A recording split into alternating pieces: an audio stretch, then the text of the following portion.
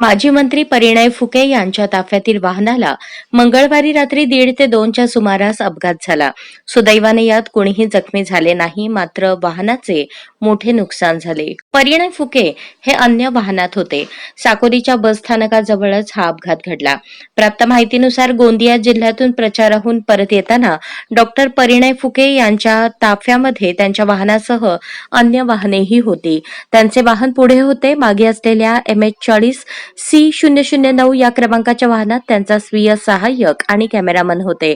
भंडारा लोकसभा मतदारसंघातील महायुतीचे उमेदवार सुनील मेंढे यांची अर्जुनी मोरगाव तालुक्यातील बोळदे करडगाव येथे प्रचारसभा आटोपल्यानंतर गावकऱ्यांशी चर्चा करून रात्री उशिरा ते लाखनीकडे निघाले होते.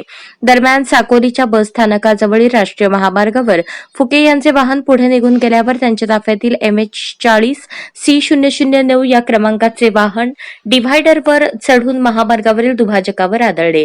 यात वाहनाचे प्रचंड नुकसान झाले. या संदर्भात साकोलीचे पोलीस निरीक्षक कोकाटे यांच्याशी संपर्क साधला असता अपघातासंदर्भात त्यांच्याकडे कोणीही तक्रार दाखल केली नसल्याने पोलिसात घटनेची नोंद नसल्याचे त्यांनी सांगितले. चालकाला डुलकी लागली असावी, त्यामुळे नियंत्रण सुटून वाहन डिव्हायडरवर चढले असावे असा अंदाज महामार्गावरील टायरच्या मार्किंगवरून लावला जाऊ शकतो, असे ते म्हणाले. या संदर्भात परिणय फुके यांच्याशी संपर्क साधला, मात्र संपर्क होऊ शकला नाही.